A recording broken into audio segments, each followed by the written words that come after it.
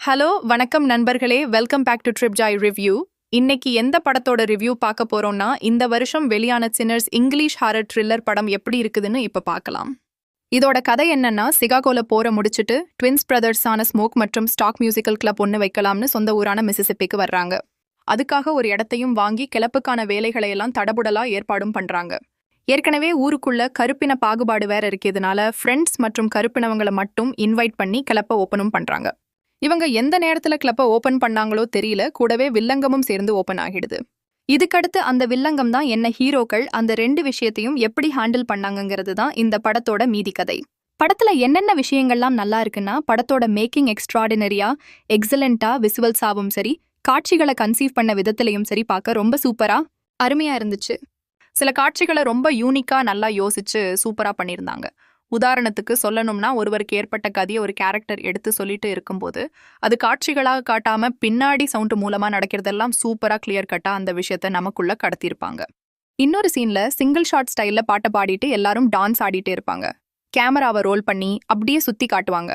அப்போதைக்கு அவங்க போட்டிருக்க ட்ரெஸ்ஸஸ் மாறும், மியூசிக் இன்ஸ்ட்ருமெண்ட்ஸ் மாறும், அவங்களுடைய டான்ஸ் மாறும், அந்த இடமே சுத்தமா மாறிடும். அது அவ்வளோ சூப்பரா ரொம்ப அமேசிங்கா அந்த காட்சியை பண்ணியிருந்தாங்க. பக்கா தியேட்டர் மெட்டீரியலா அதை காட்சிப்படுத்தியிருந்தாங்க. பிக் ஸ்க்ரீன்ல பார்த்தா வேற லெவலான எக்ஸ்பீரியன்ஸ் உங்களுக்கு கொடுக்கும். படமுமே 1932 நடக்கிற மாதிரி தான் காட்டியிருக்காங்க.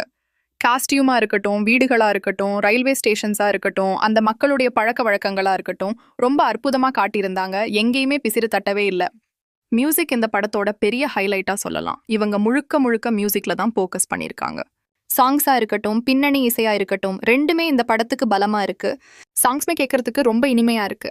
ஸ்மோக் மற்றும் ஸ்டாக் கேரக்டர்ல நடிச்ச மைக்கேல் பி ஜோர்டான் ரொம்ப அற்புதமா நடிச்சிருக்காரு. அந்த ரெண்டு கேரக்டருக்குள்ள வேரியேஷனையும் சூப்பரா காட்டி நடிச்சிருந்தாரு. மற்ற ஆர்டிஸ்ட்ரங்க அவங்களுக்கு கொடுத்ததை நீட்டா பண்ணியிருந்தாங்க. படத்துல பிரச்சனை என்னன்னா, ஸ்கிரீன் பிளே தான் பொறுமையை ரொம்ப சோதிச்சிட்டாங்க. இதுக்கடுத்து ஒரு தரமான சம்பவம் நடக்கும்னு நம்பி உக்காந்து பார்த்தா ஒன்னு பேசியே சாவடிக்கிறாங்க, இல்லைன்னா பாட்டை போட்டு சாவடிக்கிறாங்க. வேம்பைரா வச்சும் பெருசா ஒன்றும் கலட்டவே இல்லை, அதுவும் பாட்டு பாடிட்டு தெரியுது. படத்துல கடைசி 20 நிமிஷ போர்ஷன் ரொம்ப நல்லா இருந்தது. மீதம் எல்லாமே பேச்சுதான், பாட்டுதான். மொத்தத்துல இந்த படம் எப்படி இருக்குன்னா, டெக்னிக்கலா நல்லா இருக்கு.